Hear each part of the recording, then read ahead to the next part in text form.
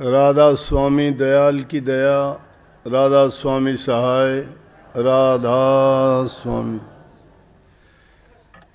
प्यारी साध संगत जियों, भाइयों बहनों, बच्चों, जितने भी आप सत्संग लाभ के लिए उपस्थित हुए हो, शांति से बैठ के सत्संग लाभ उठाएं। आज का पावन दिन आप पहले से ही इस बारे में जानते हैं। संत शिरोमणि गुरु रविदास जी के जन्मदिन के उपलक्ष्य में हम यहाँ पिछले 40-45 साल से शिवानी आश्रम में सत्संग का आयोजन करते आ रहे हैं। ये बहुत ही पावन दिन है। महापुरुष जिस दिन पृथ्वी पर प्रकट हुए, संसार के सभी जीव इस संदेश को पाके खुशियां मनाते थे और मनाते हैं। मनाते थे इसलिए कहा कि जिस काल में संत शिरोमणि रविदास जी, कबीरदास जी, रामानंद जी, पीपा साहब, चैतन्य महाप्रभु, मीराबाई एक ही समय में इतने संत प्रकट हुए थे, तो दुनिया में जितने भी दुखी जीव थे और जब वो संतों के संपर्क में आए तो उनको ये ज्ञान हुआ कि इस काल की जेल से छुटाने के लिए संत हमारे ऊपर दया करके उपकार करने के लिए पधारे हैं। तो इस पावन दिन की आप सबको बहुत बहुत मुबारक,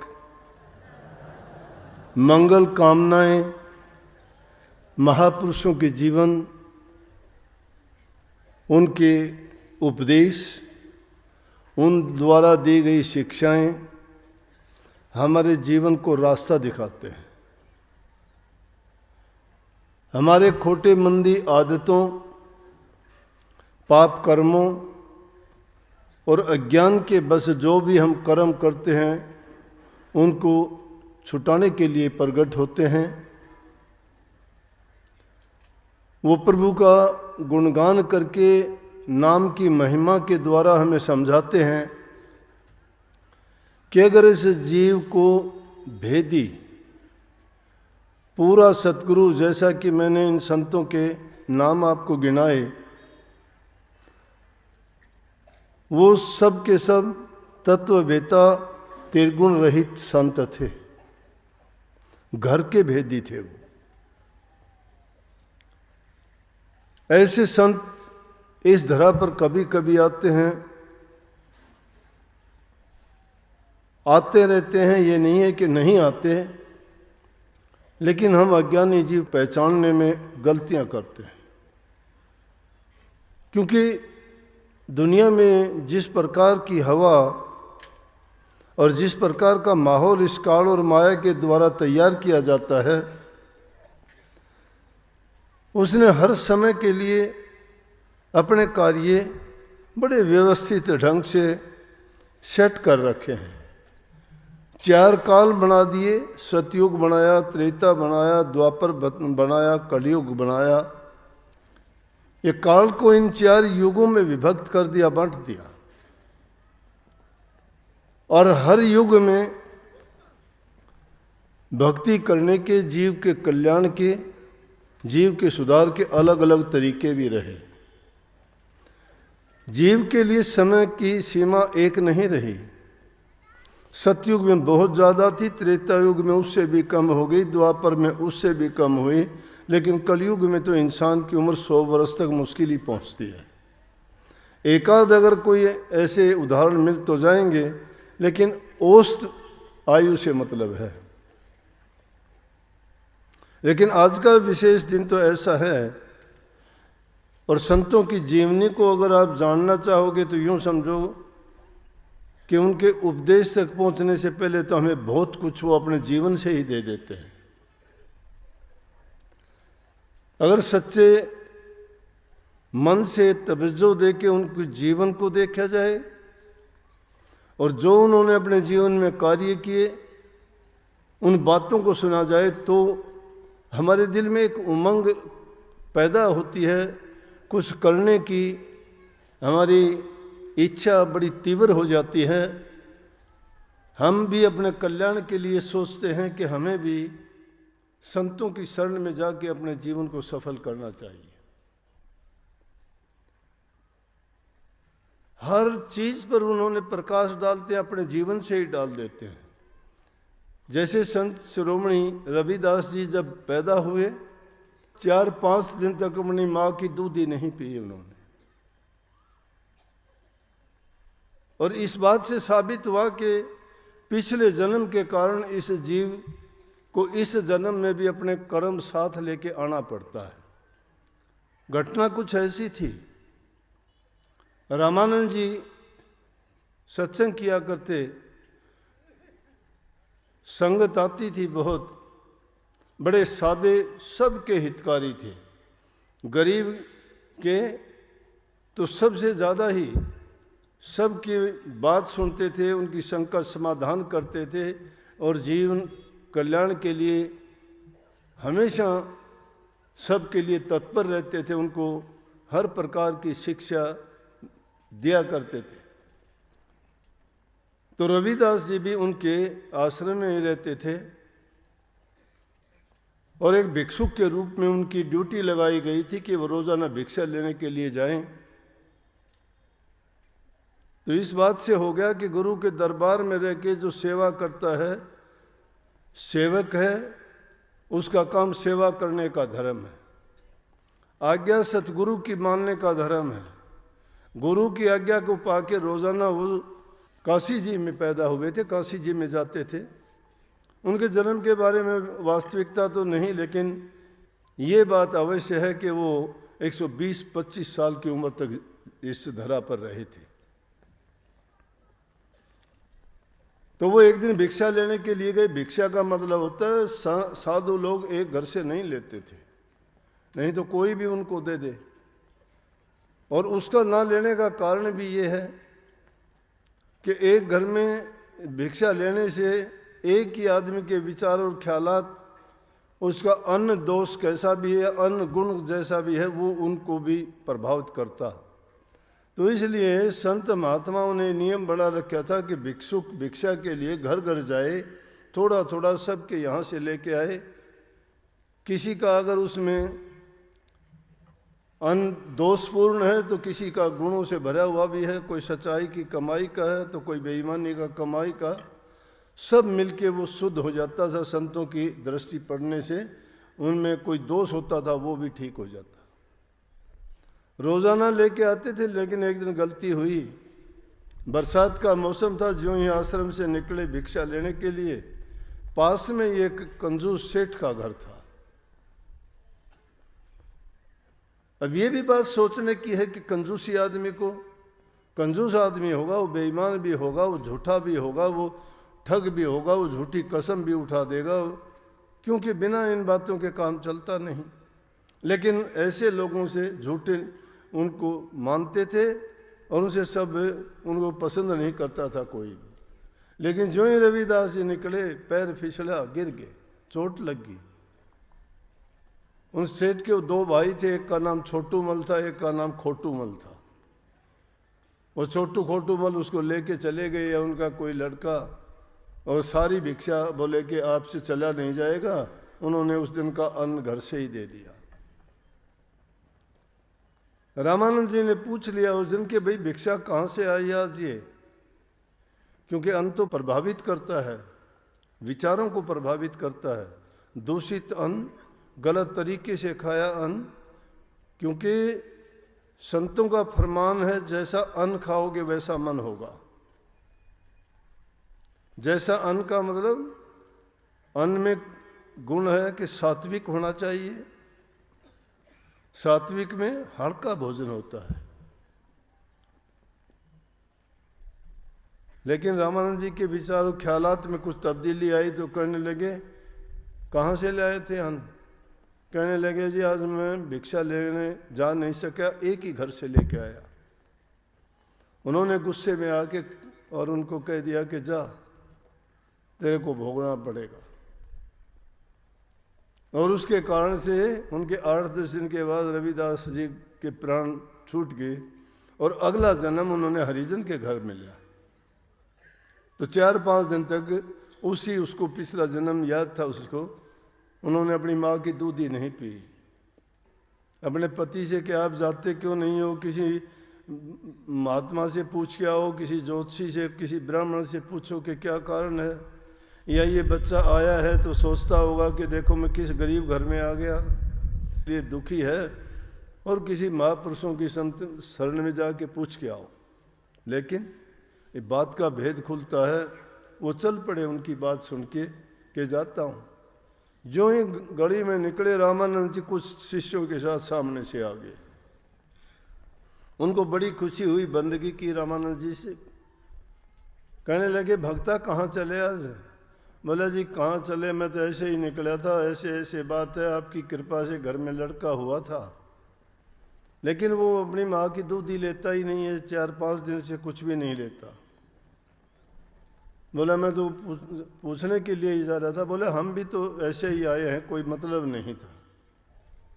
सीधे उनके घर गए, रामानंद जी ने गोदी में लिया और गोदी में लेके कहने लगे, जा भाई तेरा कर्म अब पूरा हुआ, अब तू आराम से दूध पी और ठीक से अपना काम करना, तेरे जो कर्म का फल था वो पूरा हो चुका। बोला कि जाओ उसकी माँ को दे। अंदर लेके गया, उसने रोना भी बंद कर दिया और अपनी माँ की दूध दी उसने ले ली। एक शिष्य रामानंद जी से कहने लगा, जी क्या कोतक था ये, आप हमें समझाओ, समझ में नहीं आया, आप सुबह सुबह बिना मतलब के इन गलियों में आने का क्या मतलब?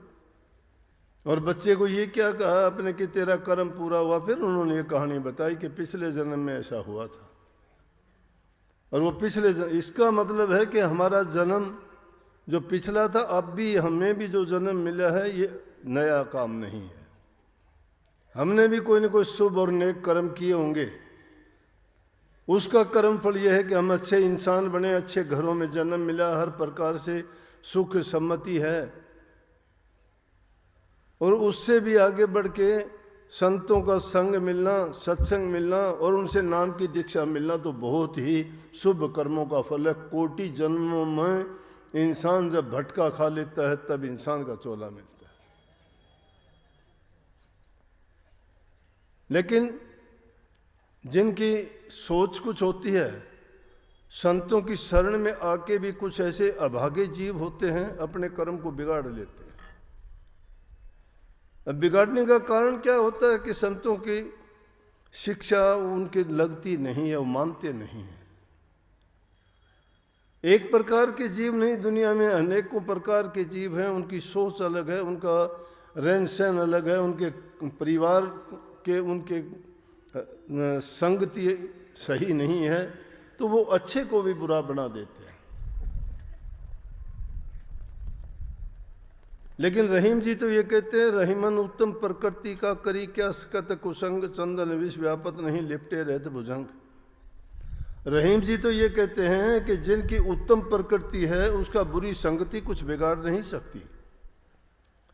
इसलिए जो सच्चे मन से सतगुरु के पास अपने हित के लिए, अपने कल्याण के लिए और इस जन्म मरण की बीमारी से छुटकारा पाने के लिए, काल की जेल से जो बच जाना चाहता है, उसके लिए दुनियादारी के सुख आराम वो कोई मायने नहीं रखते।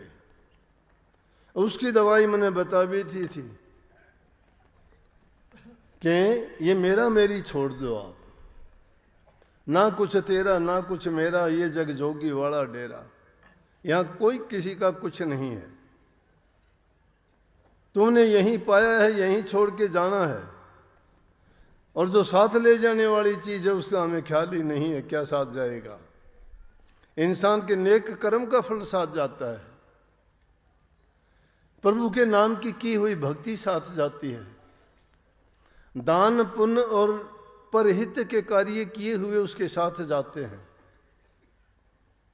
लेकिन हम क्या करते हैं कि अच्छी जगह में जाके भी काल अपना दाव चला लेता है, किसी को काम में, किसी को क्रोध में, किसी को लोभ में, किसी को मोह में, और इस माया का ऐसा जंजाल है, उनको ऐसा बहका देता है, बुद्धि भ्रष्ट हो जाती है उनकी।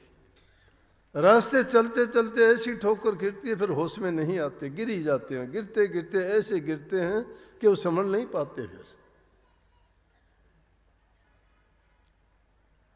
परंतु जो सच्चे मन से संतों की संगति कर लेता है, जिसके हृदय में संतों के प्रति सच्चा प्रेम जो बन जाता है, तो बढ़ता जाता है, कम नहीं होता। क्योंकि जो वास्तविकता है उन्होंने उसको जान लिया है कि कीमत किस चीज की है। आदमी को इतना चिंतन करने का समय ही नहीं है। यहाँ तो अंधी दौड़ लगी हुई है कि उसके पास ये है, मेरे पास ये होना चाहिए। अगर हो जाएगा आपके पास, कोई बड़ी बात नहीं है, वो जो करता है उतना तुम करके देखो। किसी के पास धन है, उसने मेहनत की होगी, तुम मेहनत करो, धन हो जाएगा। कोई ताकतवर है, उसने व्यायाम किया होगा, अच्छा खाया पिया होगा, तुम भी अच्छा खाया पिया करो, व्यायाम किया करो, हो जाओगे तकड़े। कोई अच्छे ऊंचा पद चाहता है, अच्छी तुम भी पढ़ाई लिखाई करके कोई अच्छा एग्जाम पास करो, तुम्हें भी ऊंचा पद मिल जाएगा। अगर तुम भक्त और संत बनना चाहते हो तो तुम भी उन संतों की तरह से अपने मन, इच्छाओं और कामनाओं पर काबू करके उस रास्ते पर आओ और सच्चे बन के चलो, तुम्हें भी वो पद मिल जाएगा। परंतु उस पद की ओर तो बढ़ते ही नहीं हो, तुम तो रास्ते में ही दो कन्नी दवन्नी चवन्नी उठा उठा के वापस हो लेते हो। समझ गए कि नहीं? कन्नी दवन्नी चवन्नी ये संसार के पदार्थ हैं जो इस जीव को लूटा करते हैं। किसी को धन के लोभ में, किसी को पद के लोभ में, किसी को जवानी की मदहोशी में, किसी को इंद्रियों के बस करके इन रोगों और भोगों में फंसा के इस जीव को लूट लेते हैं, नहीं बढ़ने देते। संत रविदास जी अपने मस्त रहते थे प्रभु भक्ति में। रामानंद जी को गुरु बनाया, भेद नाम की दीक्षा ली और मस्त रहते थे राम नाम में। अपना घर वालों ने कहा कि तू काम तो कोई करता नहीं है, हमेशा भक्ति में बैठा रहता, कोई नई बात नहीं है। भक्तों के साथ ये बात सबके साथ हुई है। और को तो छोड़िए, अपने महाराज जी थे, उनके साथ उनके पिताजी भी ऐसे ही करते थे। जब भी उनको देखते ये कि ध्यान समाधि में बैठा है तो उसको खड़ा करके कहते थे तेरी भक्ति ऐसी करूँगा, खड़ा होकर काम कर। लेकिन उनकी लगन थी, उनको उन चीज़ की परवाह नहीं थी। कहते थे काम मेरे से कितना भी करवा लो, लेकिन मेरे काम में बाधा ना डाला करो। और एक दिन ऐसा आया कि उनको भी बाध्य होना पड़ा ये कहने के लिए, भाई तू जो करता है वो मुझे भी बता दे क्या करता है। इसीलिए कही खुद ही को कर बुलंद इतना कि खुदा बंदे से ये पूछे कि बोल बंदे तेरी रजा क्या है। अरे करना चाहते हो तो अपने आप को इतना बुलंद करो ना, तुमसे भी कोई आगे पूछे कि बता मेरे को ये राज क्या है, मैं भी कैसे ये कर पाऊं। रविदास जी ने कह दिया कि भाई तुम्हारी मर्जी है। बोला कि शादी कर दी, अलग हो, अपना काम कारोबार कर। ज्योति बनाने का काम करते थे, कोई शर्म नहीं, सीधी बात कही उन्होंने। जाति की कोई बात नहीं है। आजकल जाति पाति का कितना जहर घुल गया। काम की लिहाज से जातियां बनी थी, लेकिन आज काम की लिहाज से जातियां कहाँ रह गई। सेठ लोग हैं, जूते की दुकान करते हैं, उनको कोई कहता है कि तू समार है। सेठ लोग हैं, हार्डवेयर की दुकान कर रखी है, कोई कहता है कि तू लुहार है। सेठ लोग हैं, सोने की दुकान करते हैं, सोने का काम करते हैं, कोई कहता है तू सुनार है। पंडित लोग हैं, शराब के ठेके लेते हैं, कोई कहता है तू कलाड़ है। अरे काम के आधार पर जातियां थी, वहां से खून तो एक ही आता है, सभी एक हैं। रविदास जी कहते हैं इस बारे में, जात पात मत पूछिए क्या जात और पात। ये जात पात का रोग रविदास जी कहते हैं इंसानियत को खा जाता है। कोई जाति पाति नहीं, जाति पाति पूछे नहीं कोई, हरि को भजव हरि को होई। जात नहीं जगदीश के संतों के बिना जो फंसा जात में वो 184 में। जाति क्या है? जाति इंसानियत है हमारी, अंश प्रभु के हैं, आत्मा हैं हम सभी। जाति इंसान ने बनाई है, परमात्मा ने नहीं बनाई। उन्होंने सीधी कही कि मुझे इस बात से नफरत नहीं है मैं किस जाति का हूं, सीधी कही कि ओछी जाति ओछी पति ओछा कर्म हमारा। ओछी जाति ओछी पति, लेकिन उनकी दया से ऊंच भये हैं, कह रविदास हमारा, कि प्रभु की भक्ति के कारण हम ऊंचे हो गए। बोले कि उस पंडित होने का क्या फायदा जो कर्म गंदे मंदे करता है, जाति से जन्म ब्राह्मण के घर में लिया है, अगर मांस मछली अंडे खाता है, शराब पीता है, खोटे मंदे कर्म करता है, तो कैसा ब्राह्मण? उससे तो अच्छा वो चंडाल है जो प्रभु की भक्ति करता है। जाति चाहे उसका जन्म चंडाल के घर में हो गया तो चंडाल नहीं है वो। और उन्होंने कही कि रविदास ब्राह्मण ना पूजिए जो होवे गुणहीन। गुणहीन जिसमें गुण नहीं है, नाम ब्राह्मण है, उसको उसके पांव पूजने का आपको कुछ नहीं मिलेगा। हम उनको ऊंचा दर्जा है हमारे समाज में ब्राह्मण का, लेकिन ब्राह्मण की परिभाषा जानो, ब्राह्मण है कौन? ब्राह्मण सोई जो ब्रह्म पिछाणे, बाहर जांदा भीतर आने, दया जनेऊ घट में राखे, पांचों बसकर झूठ न भाखे, काम क्रोध लोभ मोह अहंकार न होई, शरणदास ब्राह्मण है सोई। जो ब्रह्म को जानता है, ब्रह्म को पहचानता, वो ब्राह्मण है। जिसने अपने काम क्रोध लोभ मोह अहंकार को त्याग दिया, ब्राह्मण है। जो ब्रह्म की पूजा करता है, परमात्मा की पूजा करता है, उनका ध्यान करता है, अभ्यास करता है, याद करता है, वो ब्राह्मण है। ये गुण है। और इनसे जो हीन है वो ब्राह्मण नहीं है। तो कहते रविदास जी कहते हैं, रविदास ब्राह्मण ना पूजिए जो होवे गुणहीन, पाप पूजो चंडाल के जो होवे गुण प्रवीण। और जो गुणों से भरा हुआ है वो चाहे चंडाल क्यों ना हो, उसके पांव पूजने चाहिए, क्योंकि उसमें कोई बुरी आदत नहीं है, पाप कर्म नहीं करता है। जो ब्रह्म को जानने वाला बन गया, उसकी जाति पाति का कोई लेना देना कोई महत्व और बात नहीं है।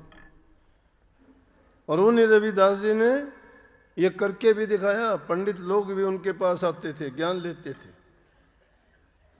उस समय में कबीर साहब से भी ऊंचे दर्जे के, मैं कहूँगा नहीं तो बराबर के समकालीन संतों में रविदास जी को संत श्रोमणी का दर्जा मिला।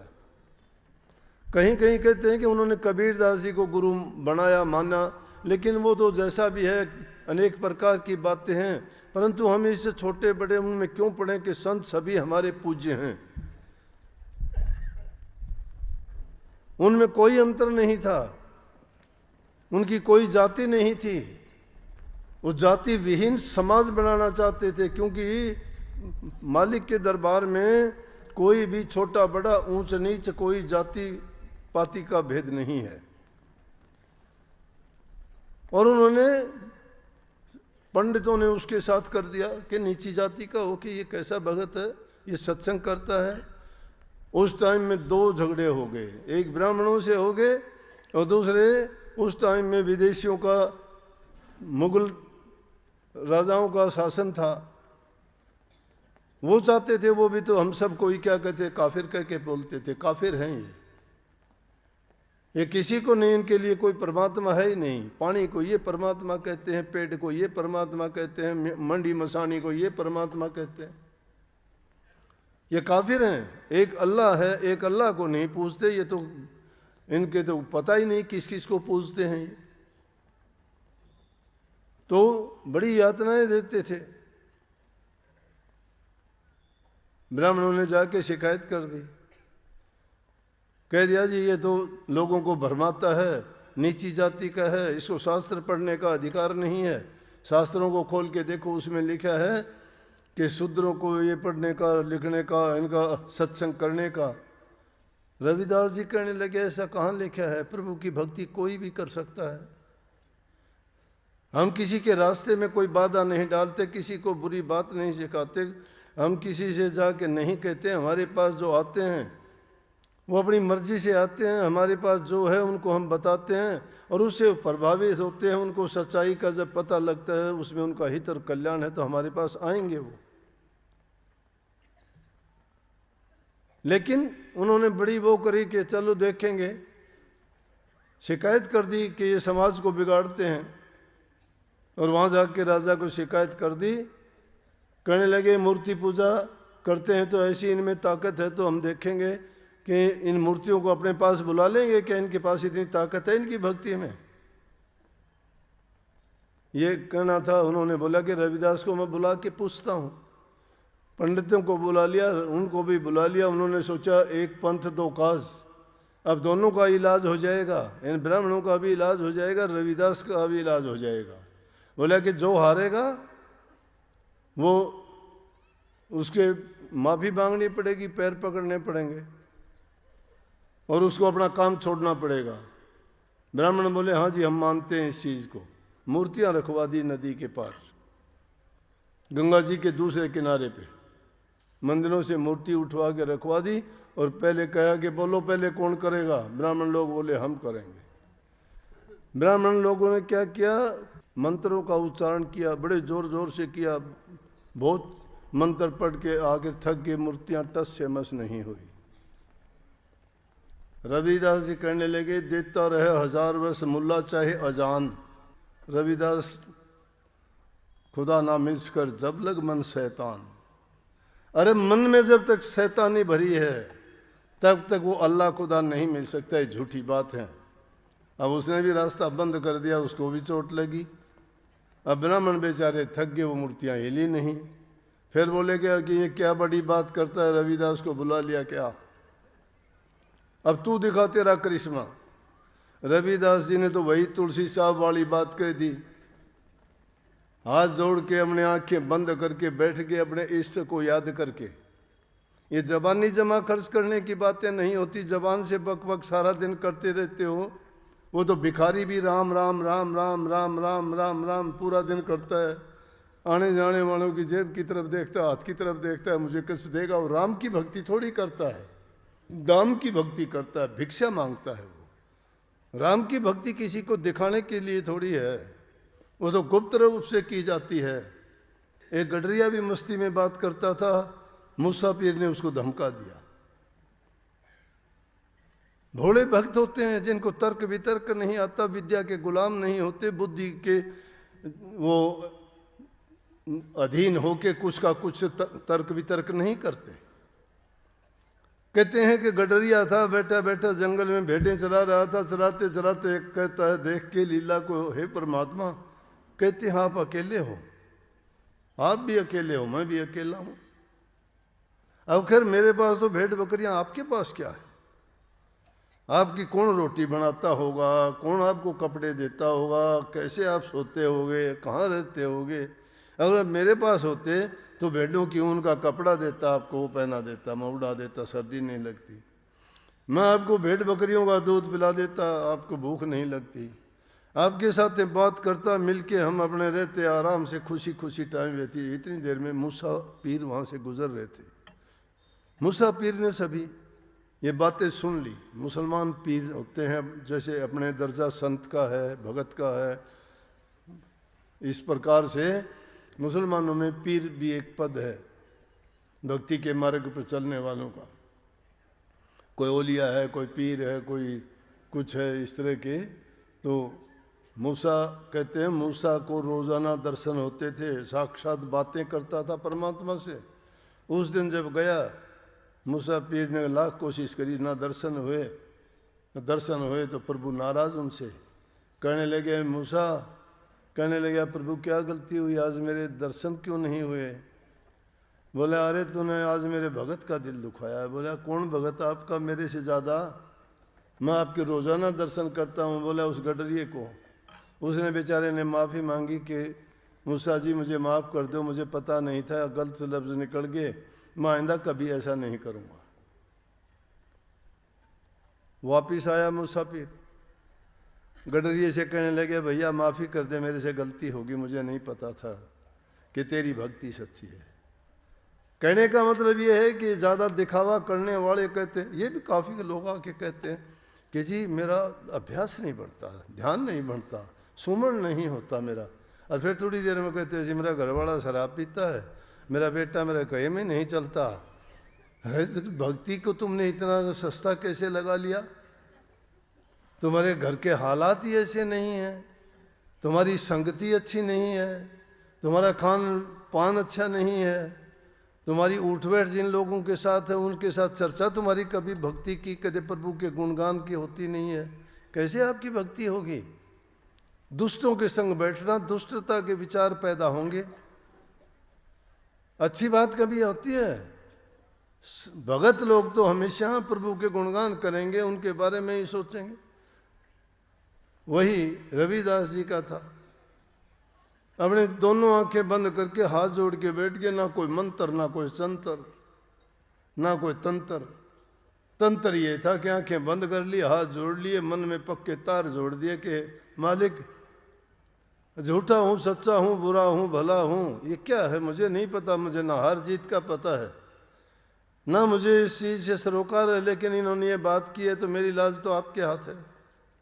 मैं अगर झूठा हूँ तो रहने दो, अगर सच्चा हूँ तो आप संभालो।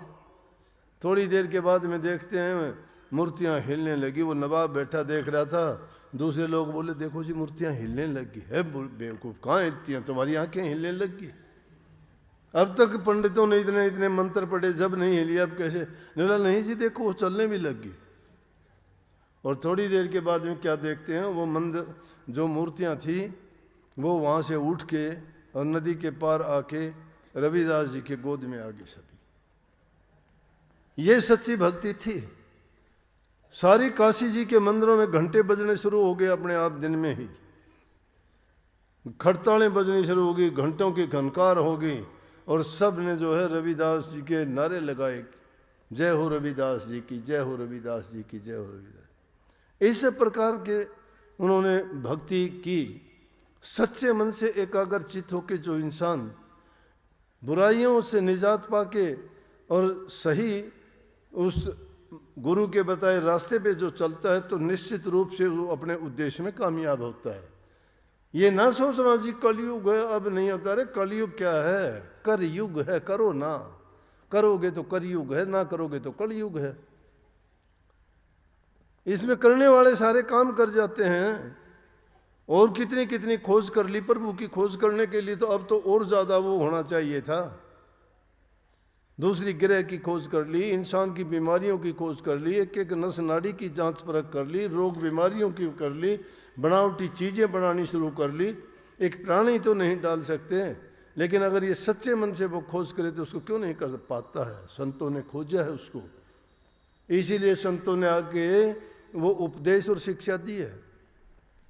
लेकिन संत कभी उस माया के जाल में, जंजाल में नहीं फंसे। उन्होंने लाख कोशिशें की। प्रभु ने उनकी परीक्षा लेने के लिए एक बार एक वृद्ध साधु का भेष बना के आके कहने लगे, आप बहुत गरीब हो, आपकी झोंपड़ी है, भक्ति में लगे रहते हो, आपके पास कुछ भी नहीं है, मैं कहीं बाहर जा रहा हूँ, मेरे पास एक ऐसी चीज़ आपको दे के जाता हूँ, आप इससे काम लेना। पारस पत्थर है मेरे पास, ये आपको दे के जाता हूँ, इससे लोहे का सोना बना लेना, और अपना घर मकान, ये खाने पीने का सामान जो भी आपको ज़रूरत है पूरी कर लेना। रविदास जी अपने काम में लगे हुए हैं, कोई सरोकार नहीं। क्या कहते हैं, उस लालच और स्वार्थ में नहीं आए। आज के ज़माने में हीरो का काम करने वाला था, उससे कोई उल्टे सीधे काम करवाने के लिए ले जाने लगा और उसको देख के कहने लगा ये काम करना पड़ेगा तुझे। अब भूखा था, पेट के लिए हर कोई आदमी कर लेता। हाँ बोला जी करूँगा, ज़रूर करूँगा, मैं भूखा हूँ, पेट के लिए मेरे से कुछ भी करवा लो। बोले चल, तो बोले तेरे को ये तेरा हुलिया भी बदलना पड़ेगा। बोला जी आप हुलिये की बात करते हो, मैं तो अपने माँ बाप को भी बदल लूँगा। ये हाल है। अपने स्वार्थ के लिए तो लोग उसको से कुछ भी बदलवा लो, बदल लेंगे, बदल जाएंगे। लेकिन जिनकी चाह नहीं है, जिनकी कामना नहीं है, जिनकी इच्छा नहीं है, जो माया के गुलाम नहीं है, जिन्होंने अपना उद्देश्य निर्धारित कर लिया है कि मेरा कर्म ये नहीं है, मेरा कर्म इस दुनिया से बाहर का है, उनको हिला नहीं सकते दुनिया की। ये छोटी मोटी बातें हैं, बड़ा विरोध होता है, बड़ा कठिन रास्ता है। आदमी की रात की नींद छीन लेते हैं, दिन का उसका आराम छीन लेते हैं, उसको भूख प्यास बंद करवा देते हैं, ऐसे ऐसे वचन झूठी साची बातें बोल बोल के। वो नीच और निकम्मे आदमी, वो काल की शक्तियां हैं। काल अपना खेल खेलता है, लेकिन संत लोग हंसते हैं उसके। थोड़े समय के लिए होता है, उनको पीड़ा होती है, लेकिन फिर वो परख जाते हैं, समझ जाते हैं। जब वो एकांत में जाते हैं, उनकी तस्वीर उनको नजर आती है कि उनका क्या रुतबा है और उनका उद्देश्य क्या है। उनको फर्क नहीं पड़ता। थोड़े समय के लिए जब इस दुनिया में रहते हैं, ख्यालात में आते हैं, तो फर्क पड़ जाता है। रविदास जी अपने काम में लगे हुए हैं, कोई परवाह नहीं है। कहने लगे रख दो इसको, झोंपड़ी की टाटी में उसको रख दिया। 1 साल के बाद वापस आए वही महात्मा, देखा वही टूटी हुई झोंपड़ी है, वही फूस गड़ा पड़ा है, वही कुंडे में चाम भिगोता है, जूतियाँ बनाता है, वही हालत है। कहने लगे रविदास जी पहचाना मुझे? बोला कि नहीं पहचाना। बोला मैं 1 साल पहले आया था, आपकी ये हालत, मैं आपको पारस पत्थर दे के गया था। हाँ याद आया, आए तो थे आप। बोला वो पारस पत्थर कहाँ? बोला आप कहाँ रखे गए थे? बोला देखा ही नहीं। बोला नहीं जी, आपने कहाँ रखा था, देखो। उन्हें जाके देखा तो वो उसे धूल मिट्टी में हाथ मार के निकाला, उसमें बैठा पड़ा। उसको उठा के कहने लगे रविदास जी ऐसा क्यों? बोला मुझे ज़रूरत ही नहीं पड़ी, मेरी ज़रूरत ही नहीं है, 2 रोटी की ज़रूरत है, वो मिलती है मुझे। दुनिया में 2 ही काम हैं, या तो आदमी को उसे दे के जाओ, नहीं छोड़ के जाओगे। अगर तुम किसी को देते नहीं हो तो तुम्हारे साथ तो जाना नहीं है, छोड़ के जाओगे। या तो दो किसी को, है तो तुम्हारे पास, अगर नहीं है तो कितना भी जोड़ लियो, सब छोड़ के जाओगे। ये महल मकान कोठी बंगले गाड़ियां, एक धेला साथ नहीं जाएगा। शिक्षा है ये उनकी। बोला मुझे जरूरत ही नहीं है। कहने लगे कमाल है। रविदास जी देखते ही देखते, रविदास जी आँख खोल के देखते हैं तो गायब। रविदास जी को तसल्ली होगी कि खुद मालिक मुझे दर्शन देने के लिए आए थे, मेरी परीक्षा लेने के लिए आए थे। अरे आम छोटे मोटी परीक्षाएं तो होती रहती हैं, लेकिन कई बार तो उनकी परीक्षा में खरा उतरने के देखने के लिए प्रभु खुद उनकी परीक्षा लेने के लिए पधारते हैं। तो ये रविदास जी थे जो हर हाल में, हर अवस्था में अपने परीक्षा में हमेशा सफल रहे, क्योंकि उन्होंने सच्चे मन से भक्ति का रास्ता, तो उन्होंने ये शिक्षा दी हमें भी कि इस माया के जंजाल में मत फंसो। संग्रह करने में तुम्हारा मन बढ़ता है, ध्यान तुम्हारा भक्ति की बजाय उन चीज़ों में चला जाता है। उनमें जाने के बाद में फिर मुड़ना बड़ा कठिन हो जाता है। इंद्रियों के भोगों के रस में जब फंसते हो तो चाहे कुछ भी नहीं पता तो है तुम्हें कि कुत्ते जैसी हड्डी है ये। जैसे कुत्ते को सूखी हड्डी मिल जाए, उसको पता है कि इसमें मांस नहीं है, रक्त नहीं है और ना कोई रस और आनंद है, लेकिन उस हड्डी को लेके वो छिप जाएगा कहीं लेके और एकांत में जाके उस हड्डी को चबाएगा, और चबाने से उसमें से जो खून निकलेगा, उस खून को अपनी जिह्वा से चख के सोचेगा कि हड्डी से रस आ रहा है, हड्डी में रस नहीं, खून उसका ही है, हड्डी तो सूखी है। यही अवस्था हमारी है इन इंद्रियों के भोगों में। उस सूखी हड्डी को चबा के अपने आप को हम खत्म करते हैं और हम सोचते हैं कि आनंद और रस आ रहा है। इंसान रोगों और बीमारियों का घर इसलिए होता जा रहा है। आज समाज बिगड़ता इसलिए जा रहा है कि बुरी आदतें बढ़ती जा रही हैं। नौजवान बच्चे हैं, उनको हमें संभालते ही नहीं हैं, उनमें नशे की लत पड़ती जा रही है। नए नए नशे, कोई शराब, कोई सुल्फा, कोई गांजा, कोई भांग, कोई अफीम। एक दिन में गाड़ी में जा रहा देखा कि एक नदी के किनारे पेड़ खड़े, इतने बड़े 4-4, 5-5 फुट के, बच्चे होंगे कोई 14-15 साल के। वो दोनों हाथों से उनको यूं मसल रहे। मैं बोला इन पौधों को क्यों खराब करते हैं? बोला जी ये इससे वो निकालते हैं। बोला इनको रगड़ने से इनके हाथ काले हो जाएंगे, उससे वो हटा के ना फिर वो इसको पीते हैं, ये गांजा बन जाता है। छोटे छोटे बच्चे जिनकी संभलने की उम्र होती है, पढ़ने की उम्र होती है, उनको ये पता ही नहीं तुम क्या करते हो। और माँ बाप इतने उनके प्रति पैसिव हैं, उनके प्रति इतने उदासीन हैं, उनको पता ही नहीं तुम्हारा बच्चा क्या करता है। माँ बाप तो काफ़ी तो ऐसे हैं जो खुद ही ऐसी लतों में डूबे पड़े हैं।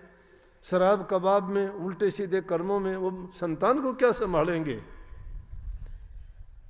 अगर उनके घर का कोई नेक रास्ते पर चलता है वो तो उनके लिए तो बाधा जरूर पैदा कर देंगे।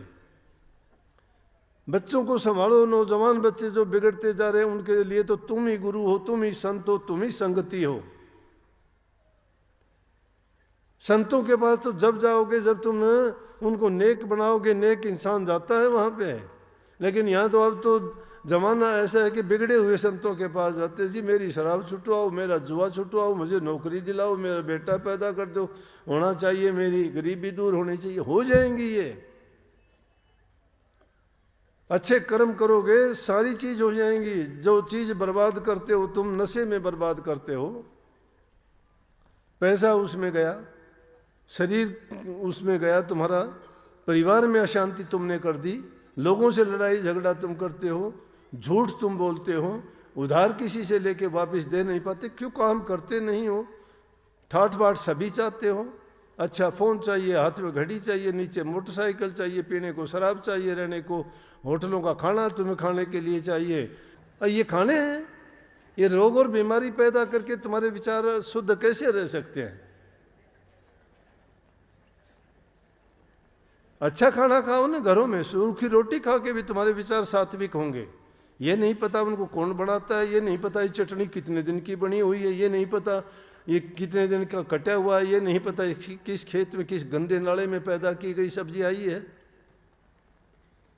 पता है तुम्हें कि जहाँ सब्जियां पैदा होती है उस गंदे नाले की सब्जियों का नीचे हाल देखोगे तुम, अगर देख लोगे वो सब्जी खा भी नहीं पाओगे। और तुम उन चीज़ों को चटकारे लेके खाते हो तो रोग और बीमारी और किसको होंगी? फिर शिकायत करते हो, जी मुझे दर्द रहता है, मुझे ये हो गया, मुझे कैंसर हो गया। ये कैंसर रोग की बीमारियां हैं। इंसान परवाह नहीं करता, इंसान को नोट चाहिए, और नोट को कमाने के लिए चाहे उनको किसी को जहर क्यों ना देना पड़े। हम भी किसान आदमी हैं, सोचते नहीं।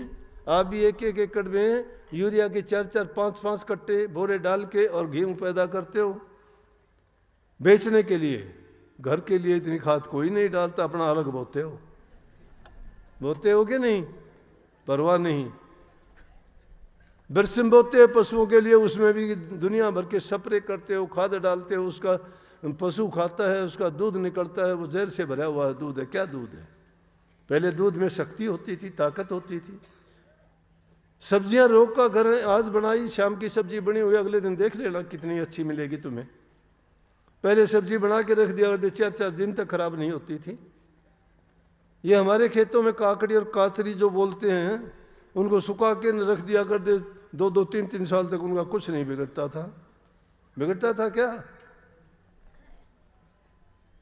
इसलिए जरूरत है हमें इन चीजों की तरफ गौर करने का, अपनी पीढ़ी को आगे के लिए संभालने का।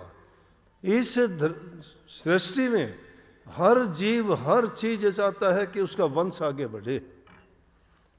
कोई भी चीज अगर सोचते हैं कि उसको पानी नहीं मिलता या अच्छा वातावरण नहीं मिलता, उसको बढ़ना 8 फुट का चाहिए था, चाहे वो 1 फुट का बढ़ेगा तो भी अपना बीज पैदा करने पर चल पड़ेगा। वो जिस चीज को पानी नहीं मिलती आगे नहीं बढ़ता। एक गेहूं के बाल में अगर 20 दाने होंगे, लेकिन वो छोटा सा भी, चाहे वो 2 इंच का बढ़ेगा तो भी छोटी सी बाल निकाल के अपना बीज पैदा कर देगा।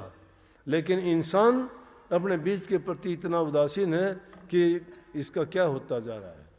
इसलिए हमें प्रभु की भक्ति की ओर तो जब चलोगे ना, जब आपके विचार शुद्ध होंगे, घरों में शांति होगी, तुम्हारे पेट के अंदर 2 रोटियां होंगी, पेट की रोटियों के लिए अपनी मेहनत और काम किया करो। घरों का वातावरण अच्छा बनाने के लिए प्यार से बोला करो, अच्छा व्यवहार किया करो, हर आदमी को उनको अच्छे रास्ते पे चलने की शिक्षा दिया करो। ये सत्संगों में मिलता है। सत्संगों में 2 अक्षर का नाम मैं आपको राम राम बता दूंगा, 5 नाम का बता दूंगा, उससे उद्धार हो गया क्या? ये वो भूली वस्तु है जो सतगुरु दिखाता, बताता और सुनाता है। ये भूली हुई वस्तु हमें, जो इनको सुन के चेतता है, इंसान मान लेता है। मैं कहता हूँ दावे के साथ इन बातों को मान लेना, तुम्हारा जीवन और तुम्हारा घर स्वर्ग के समान नहीं हो जाए तो मुझे आके कहना। लेकिन मानना इन बातों को मानते नहीं है। घरों में पति पत्नी का झगड़ा रहता है, भाई बहन का झगड़ा रहता है, सास बहू का झगड़ा रहता है। अरे क्या क्यों झगड़े मुकदमे कोर्ट कचहरियों में फिरते हो रोजाना, किस लिए? एक दूसरे की बात ना मानने के कारण, घरों में शांति ना होने के कारण, शुद्ध अच्छे विचार ना होने के कारण, बोल कड़वा बोलने के कारण। जबान से मीठा बोला करो, अच्छा व्यवहार किया करो। ये जीवन बार बार नहीं मिलने वाला। क्यों कौड़ियों के भाव बर्बाद करते हो? ये संतों की शिक्षा है। रविदास जी ने, कबीर साहब ने, स्वामी जी महाराज ने, हजूर ताराचंद जी महाराज ने, सबने यही तो बताया है। उन्होंने अपनी परवाह किए बिना इस समाज हित और समाज कल्याण के लिए ही तो ये शिक्षा दी। क्या लेके जाओगे? अरे सुखी जीवन ही जिसका आज नहीं है, कल को क्या मिलेगा? कल किसने देखा? कोई आके बताएगा कि आपको मैं कहाँ हूँ, क्या हूँ, कैसा हूँ? आज तक कोई आया नहीं, किसी ने कहा नहीं। एक परंपराएं बन गई है दुनिया की। नेकी के रास्ते पर चलो, नेक काम किया करो, प्रभु भक्ति वही सच्ची है। नाम तो एक ओट है, एक वसीला है, एक रास्ता है, एक वो रुकावट है, एक मर्यादा है। उसके उस मर्यादा के अंदर बंद के आप सोचते हो कि मुझे ये करना चाहिए और निषेध चीज नहीं करनी चाहिए।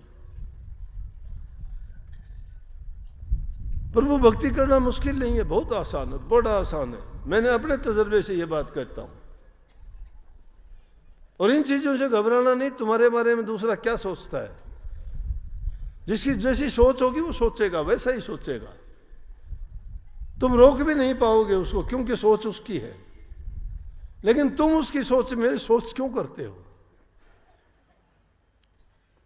जो तुम्हें विसार देता है, तुम भी उसको विसार दो।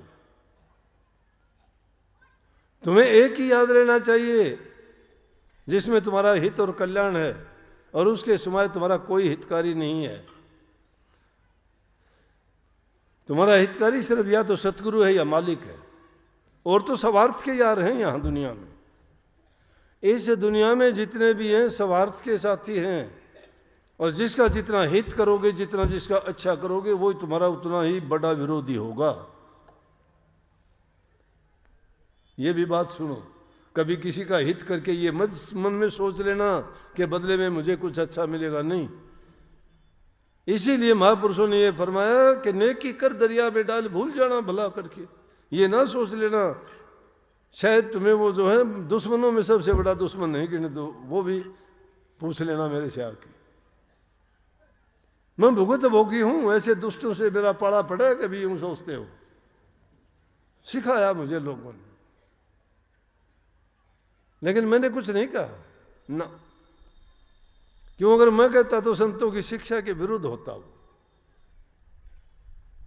महापुरुष तो ये कहते हैं, कहते को कह जान दे, मुड़ जवाब ना दे। साकित जन और कुत्ते को बाउड़ जवाब ना दे, उल्टी बात बनेगी।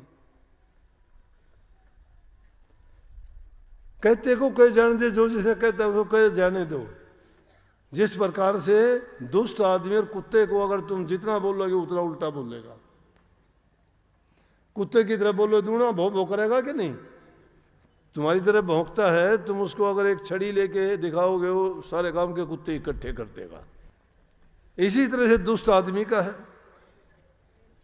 तो संतों ने कहा कि उनसे तो चुप रहे तो ही अच्छा है। बोलन नालो चुप चंगेरा, चुप भी सो पड़दा। शाह मंसूर ने एक सच आख्या ओ सोड़ी ते चढ़दा। बोलन नालो चुप चंगेरा है, एक चुप सो सुख। नहीं तो बात बढ़ती चली जाएगी। लेकिन हमारा प्रयास ये होना चाहिए, सबको इज्जत और सम्मान दो। बूढ़े बुजुर्ग की, माँ बाप की सेवा करो, जबान से सबके साथ मीठा बोलो, अच्छा व्यवहार करो। तुम्हारे से होता है तो दूसरे का परहित करो। दुखी गरीब की जो मदद कर सकते हो करो। तुम्हारे निमित्त वो है, ये बात सोच के छोड़ मत देना कि मेरा हित नहीं करेगा। नहीं, जो जिसको उनके पास जो करने के लिए होता है वो करते। तुम्हारे पास जो है, मैं एक बड़ी सीधी सी बात कहा करता हूँ कि कोई तुम्हारा बुरा करता है तुम उसका बुरा ना करो। आम बात कह देते हैं कि भाई वो आदमी तो बुरे से बुरा है, वो बुरे से बुरा मन ढूंढ लिया कौन है। अगर हमारा कोई बुरा करता है, हम उल्टा बुरा उसका करेंगे तो बुरे से बुरे हम हुए। वो तो बुरा था, हम उससे भी बुरे हो गए। क्योंकि बुरे का भी बुरा करने चल पड़े तो भले काम हुए हम। भला बनने के लिए, गंदगी को साफ करने के लिए साफ पानी की जरूरत है। गंदगी गंदगी से साफ नहीं हुआ करती। भक्ति करना बड़ा आसान है, अच्छे गुण अपनाना बड़ा कठिन है। तो इन बुराइयों से बचो, घरों में टाइम दिया करो बच्चों को। मैंने देखा काफ़ी सत्संगी परिवार ऐसे हैं, नाम दे लूँगा तो वो थोड़ा दूसरे लोग भी उन पर जलना शुरू कर देंगे और वो भी सोचेंगे हमारी बढ़ाई होगी। अपने घर में जाके सत्संगी हैं, पूरे परिवार को शाम के टाइम बिठा के आधा घंटा आरती विनती करते हैं, सत्संग सुनते हैं और उनका बुजुर्ग या बड़ा जो भी घर में है उन बच्चों को अच्छी शिक्षा देते हैं कि देखो हमें ये करना चाहिए, इस चीज़ से हमें ये लाभ है, सत्संग करने से हमें ये लाभ है।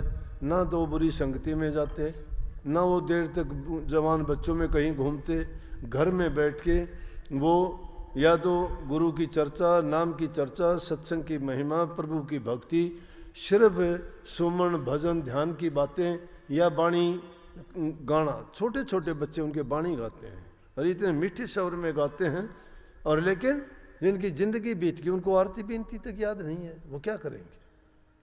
वो अपने आप को क्यों सत्संगी कहते? क्यों नहीं होता ऐसा? उनकी रुचि नहीं है, उनकी रुचि नहीं है उसमें।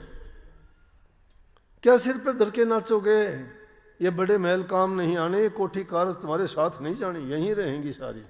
चलते वक्त अगर जबान बंद होगी देख के आंसू आंसू निकलेंगे, न्यू भी कह पाओगे कि मैंने गलती की।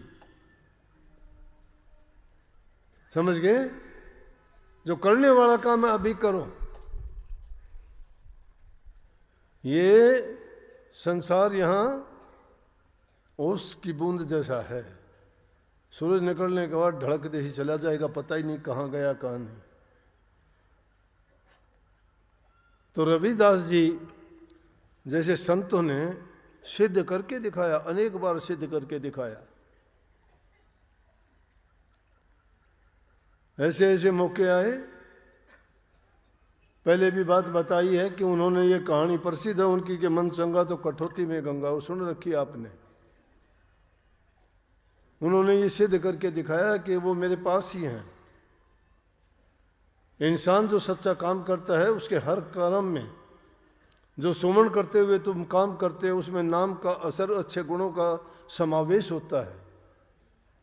अगर ये माताएं खाना बनाते हुए नाम का सुमन करते हुए खाना बनाते हैं तो उसमें शुद्ध विचार आ जाते हैं। खाना खाने वाला आदमी उसके अच्छे विचार होंगे। शुद्ध अन्न खाने वाले का शुद्ध मन होता है। शुद्ध मन जिसका हो गया उसमें विचार शुद्ध ही पैदा होंगे, बुराइयां नहीं पनपती। आज ये बुराइयां पनपने का कारण क्यों है? कोई हेरा फेरी का खाता है, कोई चोरी का खाता है, कोई भ्रष्टाचार का खाता है, कोई रिश्वत का खाता है, कोई किसी दूसरा जमींदार आदमी दूसरे का पानी काट के धोखे से अपने में लगा लेता है। तो ये धोखाधड़ी के ऐसी चीज़ें जो पैदा होती हैं उनमें उनका अंश शामिल होता है। शुद्ध और अच्छे विचार रखो, तुम्हें भी पता लग जाएगा। जिस दिन भी तुम्हारे विचार अपने आप खराब होने लगे उस दिन सोच लेना कि आज मेरे से कुछ ना कुछ गलत हो गया, कुछ गलत खाया गया, या मेरा कोई किसी गलत आदमी से बातें हुई। मन की शांति के लिए प्रभु के नाम जैसी कोई चीज़ नहीं है। सारे काम छोड़ के प्रभु के नाम का सुमन किया करो। तुम्हारे माँ बाप और सास ससुर से बढ़ के दुनिया में कोई देवता, कोई तीर्थ नहीं है। सारे के सारे तीर्थ, चाहे प्रयागराज, चाहे हरिद्वार, चाहे वो गंगा सागर, चाहे और दूसरे तीर्थ हैं, कहीं भी जाओ, लेकिन घर बैठे सबका फल पाना चाहते हो तो अपने माँ बाप की सेवा कीजिए, सास ससुर की सेवा कीजिए। उनका जो जबान से और खुश मन से तुम्हारे लिए आशीर्वाद और आशीर्वाद के वचन जो निकलेंगे वो तुम्हें धन्य कर देंगे, मालो माल कर देंगे, तुम्हारे सब दुखों को हर लेंगे, सब पापों को हर लेंगे।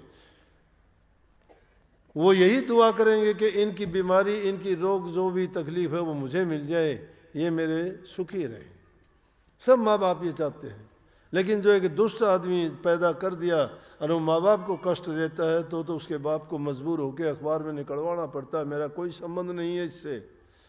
जो इससे लेन देन करेगा वो अपना सोच लेना, हमारा उससे कोई रिश्ता नहीं है आज के बाद। होता है कि नहीं ऐसा?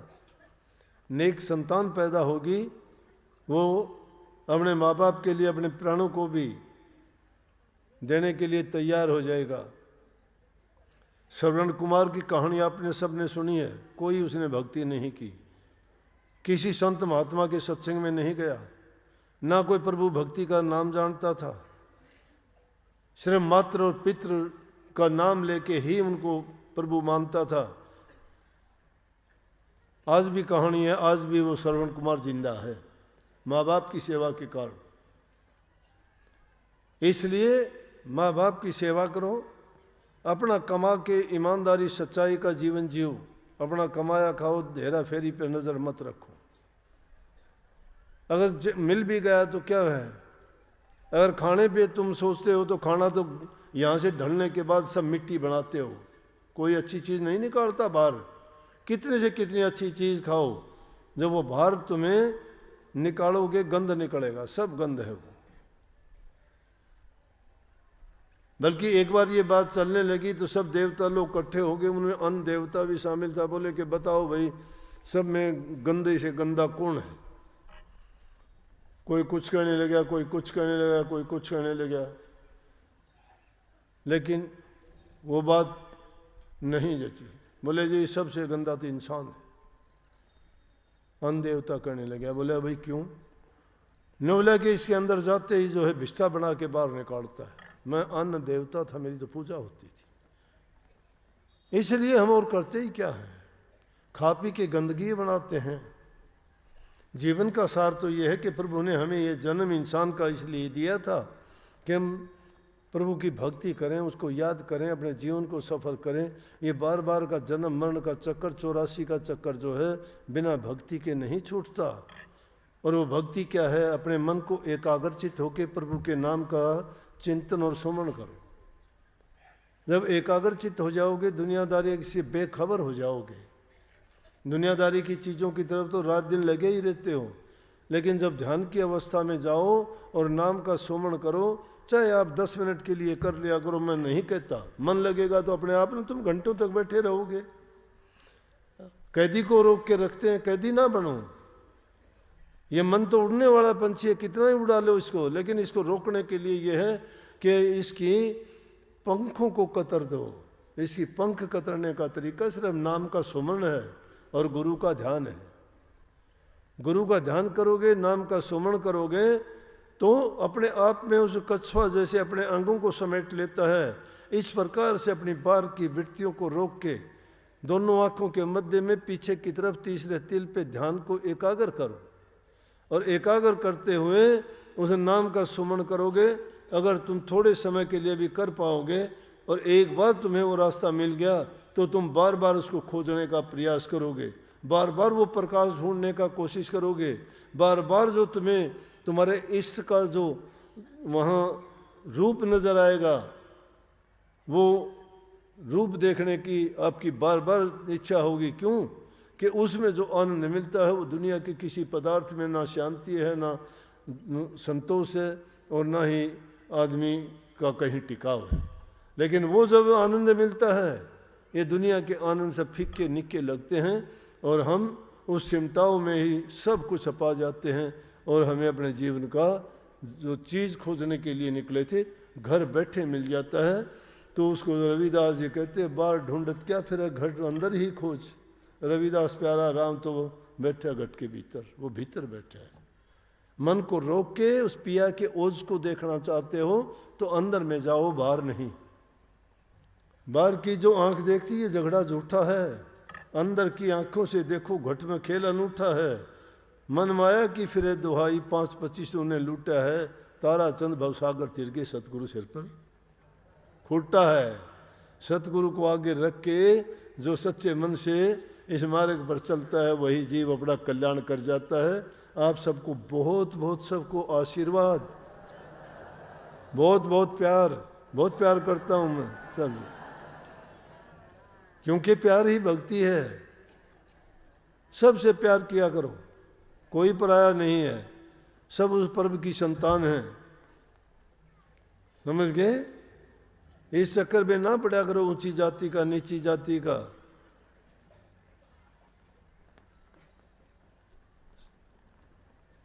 टाइम लगा के ज़रूर 10 मिनट 15 मिनट दोनों टाइम निकाला करो। आपके लिए बहुत बहुत आशीर्वाद। मालिक आपको शक्ति दे भक्ति करने की, नेक इंसान बनो और आगे से आगे भक्ति और ज़्यादा से ज़्यादा आपकी रुचि बढ़े और आपका कल्याण और हित हो। राधा